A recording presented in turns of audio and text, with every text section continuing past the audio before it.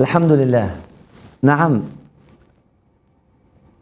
It is natural that people would go to nature and would see in nature a revelation of the manifestation, a more clear manifestation of the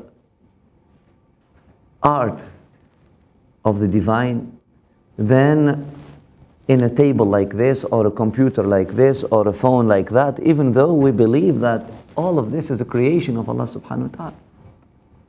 The phone is a creation of God. The car is a creation of God. The train is a creation of God. The airplane is a creation of God. You cannot tell me that it is the creation of the human. Who created the human? So it is ultimately, it is the creation of God. If you want to meditate, you could meditate on a cell phone. You could meditate on a computer. You could look at the camera and meditate and just take wisdom and learn and have a yoga exercise seriously.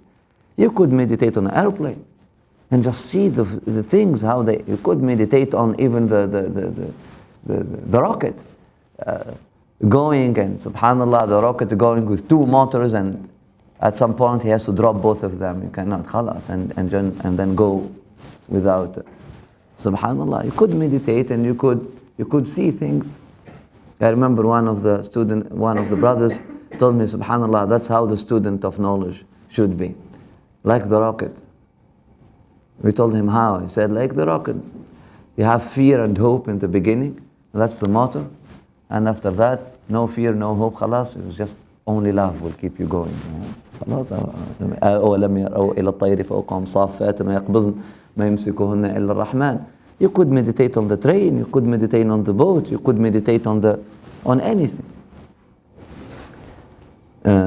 But it's natural to say that when you yearn, assalamu alaikum, when you yearn and long for the divine, you find in nature a solace. And you find in nature, or I would say the absence of a human intervention, it's not the absence of the human. The absence of a human intervention, you find in that a more clear sign of the presence of God. Because the human intervention is obstructing in a way the art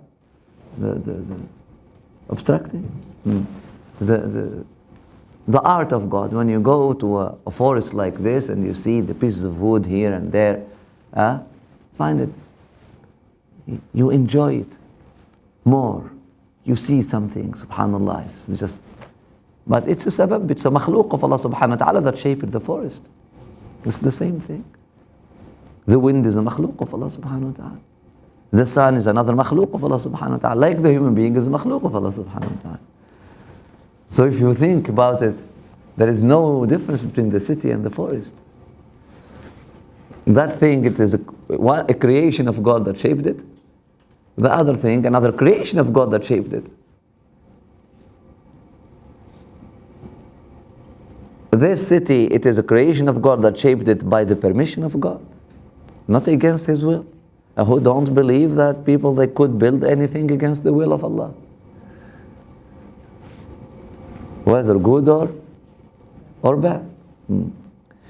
That forest too was shaped by the wind and the natural elements, also by the will of Allah subhanahu wa ta'ala. Nothing could have happened against the will of Allah subhanahu wa ta'ala.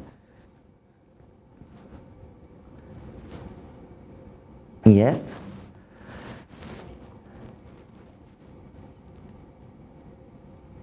virginity, purity, the natural state of things, the absence of a human intervention, all of these things are very beloved things to the heart of the human heart, and you find that the human soul is always looking for something hadithu ahdin billah, something that is coming straight from God. Yeah? Scientifically speaking, it doesn't make any sense. It's just an emotional statement, because it did not come straight from God. It came through the clouds, right? And the clouds are creation of Allah subhanahu wa ta'ala, like the other human being is creation of Allah subhanahu wa ta'ala.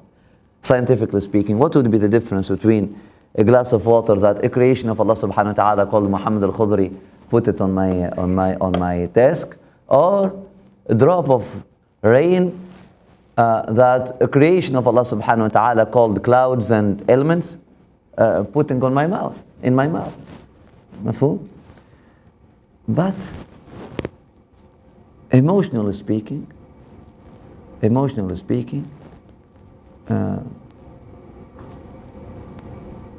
we tend to, and it is a fair thing, and even the Prophet ﷺ has used it, we tend to see in the absence of a human intervention, absence of asbab, even though the asbab were there. Why is that? Because the biggest sabab, the dominant sabab, or the only arrogant sabab cause, we tend, so I will repeat the sentence, so we have this tendency to see in nature, okay, absence of causes. Whenever the human being is not there, we tend to see there is absence of causes. Which is wrong scientifically speaking, because everything comes through causes. That's how Allah subhanahu wa ta'ala makes things to happen. So if it is not a human being who will teach you, it will be an angel who will teach you, but that's a teacher. That's a cause, that's a wasila.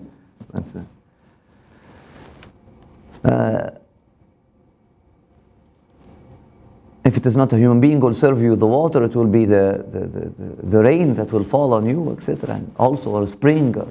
But the spring, if it is not someone who dug that, the well, it would be a crack. But that pressure is also creation of Allah subhanahu wa ta'ala that created that crack, so the spring came forth. وهكذا. But the absence of a human being, the absence of that arrogant cause, because that's the only cause that will claim, that will come to you, it will tell you, it's me who did it. All other causes are egoless. All other causes refer to Him subhanahu wa ta'ala. You listen to the wind, it will tell you, something is driving me.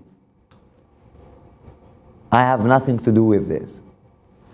You listen to the rain, it will tell you, I'm but a creation, something is driving me. I'm totally in His hands. You listen or you look at the sun, you will hear the same message. You will see the same thing. But you look at the human being, only few of them will dégager, will inspire the same energy, or will reflect the same energy, will express the same energy, will release, barakallahu feekum, the same energy. Only few human beings, when you are in their presence, you feel like these people are driven by God. These people are not there. These people are in what we call fana. These people are, nothing of them is left in them. If they look, it is by Allah that they look. If they hear, it is by Allah that they hear. Only few people who reached maqam al-ihsan, as Rasulullah sallallahu alaihi wasallam defined when he said al-ihsan an ta'budu Allah ka'annaka tarahu, to worship Allah subhanahu wa ta'ala as if you see Him. And in another hadith, Rasulullah sallallahu alaihi wasallam say, فَإِذَا أَحْبَبْتُهُ, and when I love Him, I remove the veil between Him and I become His ear, I become His eye, and I become His foot. Become ajib, subhanallah. Only few human beings, when you are among them or when you are near them, you feel the same raha nafsiyya, you feel the same tranquility. You understand? The rest of human beings, they are trying to tell you, I'm giving you something right here. The rest of human beings are arrogant. The ego is present. Nature, you don't see ego in nature. A man who is fleeing his own ego, A man who is fleeing his own self. It's not the noise of kids and going to consume nature. A man who is fleeing his own ego. A man who is going through an authentic spiritual journey would look for company. And that company would be natural human beings or nature. Because that would translate or manifest the company of God the most. A man who is seeking the company of God. A human who is seeking to be with God. Naturally speaking, he will need company to see the same thing. He will need to see things going through the same thing. When you look at that tree will tell you a story. Subhanallah, how every single, you see how many branches were cut? Through how many storms it went? Ya Allah, but it is still there. You see, it's natural. But she's not telling you I'm arrogant. Right next to her, you'll find the other one is tree, and you find her branches there, but she's still giving. وهكذا. يعني, human beings are not like that. Very few of them are like that. Elders are like that. Old people, they become like trees. They become like rocks. They become like mountains. They become like old people, qadim, هكذا people. They will inspire that. That's why. And also, the very young ones. You find that a prophet or a saint or a man of God or a person who is going through a spiritual journey at some point, even when he's fleeing people, he would go with elders and with young people or with simple people, darawish. Simple people who are not fake, people who don't have a interest, barakallahu fikum, something to prove to others. People are not pretentious. People who are not really, who don't have to prove anything to others. وهكذا. And that's nature. When you go to nature, you will find that. Rasulullah sallallahu alayhi wa sallam used to go to the Ghar of Hira. He started going to the Ghar of Hira for a fact few months before the Al-Haditha of Al-Hajar Al-Aswad, before the event we spoke about last week, the event of the Black Stone, etc. Some people would say immediately after that. We know for a fact that Rasulullah sallallahu alaihi wasallam used to go to the Ghar of Hira a lot. And the ulama, they said why it was Ghar Hira. You find some people who told you it was the cave of Hira because it was already known to Sayyidina Muhammad sallallahu alaihi wasallam that cave is a place of meditation, and that his grandfather Abdul Muttalib radiallahu anhu used to go to that cave and have i'tikaf in that cave, even especially during the month of Ramadan. Absolutely, these ahadith are da'if, but doesn't mean that you cannot use them as arguments. We have other ahadith sahih that some people, the uncle of Sayyidina Umar al-Khattab, Muhammad Rasulullah sallallahu alaihi wasallam, he has the name Nawfal in his name, من Bani Adi. I will find his name in a bit. Yazid bin Nawfal bin Yazid. La ilaha Muhammad Rasulullah sallallahu alaihi wasallam. I will find his name. So the uncle of Sayyidina Umar al-Khattab himself, he used to go, and he was a muwahhad, and he used to be called as-Sabi', and he used to go and also spend time in the cave of Hira, and many others. So the cave of Hira was a place that was known to some people, selected people, that it is a place of tahannuth, and they said also in some narrations it was a place that Sayyidina Ibrahim alayhi salam himself used to sit in it for days and nights. And نعم عمرو بن نفيل بارك الله فيكم. نعم عمرو بن زيد بن نفيل. Zayd bin Amr bin Nufayl. Naam. And so this is Amr bin Nufayl. Zayd bin Amr bin Nufayl is the husband of Fatima bint al-Khattab.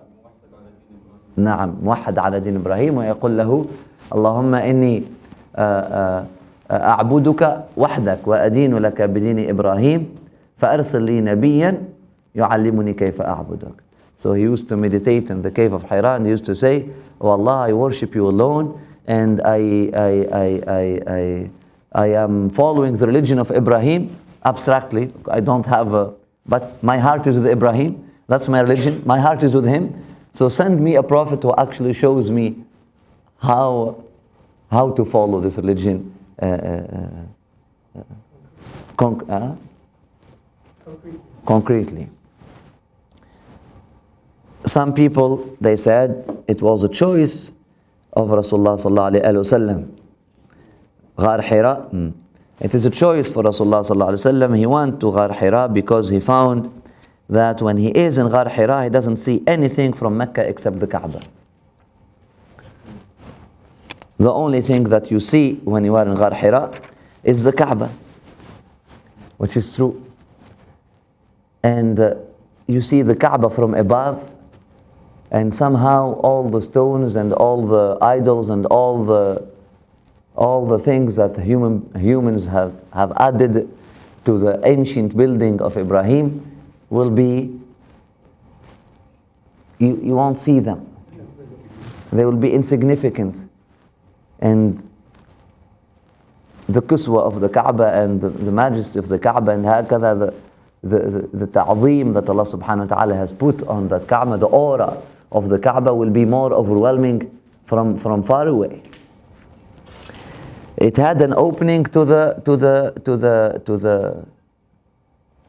Kaaba, Ghar Hira, and they used that Rasulullah sallallahu alaihi wasallam would sit in it and he would be able to see the Kaaba, and that was the ibadah that he would see. He would be just looking at the Kaaba and looking in the Kaaba for the gaze of Ibrahim alayhi salam. A connection. When you look at something that someone else has looked at, there is an energy, because when you look at something, you leave an energy on it, in it. And this is a science, this is ilm. If, for example, you nourish your subha, or you nourish your cup, or you nourish your house, or you nourish an object with your, or a tree or whatever, with your love, with your affection, whenever you look at it, this is a gift from God. And after that, the fruits of that tree or the drink from that cup, etc., it will carry that energy with it. But if you are using styrofoam cups all the time, and when you look at that cup, it's just something that will go in the garbage in few minutes, you are also nourishing with your negativity that thing, and then you are spreading negativity. And this is something that people of energies today, not even religious people, know, and they master that science now, and they discovered it, and they are talking about it. It's not a secret. Not only New Age. I mean, it is science. It is science. Talk to a tree with love, or talk to water with love, and you will see the effect. Also talk to a human being, a baby like that, with the gaze that you... They also proved that when you gaze at something and after that you go, you don't know who gazed at that thing. You go, for example, your father used to look at that wall. They made it. I saw a movie like that like a few years ago. People who never met their parents. They brought the fathers, or they haven't met their parents for a while. They brought their fathers, and they made them. Okay, they were working in an office, etc. And that's the desk of the father, and that's etc. And then they brought the child, and he entered to the same place, and subhanallah, the camera was showing that the child, who never saw his father actually gazing the same portrait or the same they will find that the child will be attracted naturally to the portrait that his father was attracted to something, and he'll tell you, I don't know why I love this. More than, okay, well, it's your father who put it there. And it's your father who was admiring it the most. Things like that happen. Sayyidina Muhammad sallallahu alayhi wasallam gazing at the Kaaba, and from far away, somehow to look and to seek the gaze of Ibrahim alayhi salam. They said also that he has chosen Ghar Hira because the Qibla of Ghar Hira was directed to Bayt al-Maqdis. I'm using just this to answer this question, even though it doesn't make any sense. The Qibla in Ghar Hira directed to Bayt al-Maqdis, I don't remember how could that be. Yani when you are not in Ghar Hira, when you put, how? In Ghar Hira it will be directed to Bayt al-Maqdis. When you are in Ghar Hira, you look at the Kaaba, and after the Kaaba will be Bayt al-Maqdis. Maybe. So the two Qiblas will meet. The two Qiblas will meet when you are in the mountain of Hira and you are in the Ghar of Hira, and the opening of the Ghar of Hira. Yes, you see the Kaaba, but you are in the same direction. It is on one line. The Ghar Hira, the Kaaba, and Bayt al-Maqdis is in one line. Some people are saying that. It is true. It is a fact. When you go the opening to Ghar Hira today, and you can make a line, straight line. Ghar Hira, Kaaba, and far away there, Bayt al-Maqdis, it's one line. Was that something that Sayyidina Ibrahim, that's why Sayyidina Ibrahim alayhi salam has chosen Ghar Hira? That's why Sayyidina Muhammad sallallahu alayhi wa sallam has chosen Ghar Hira or not? Maybe. It's not something strange.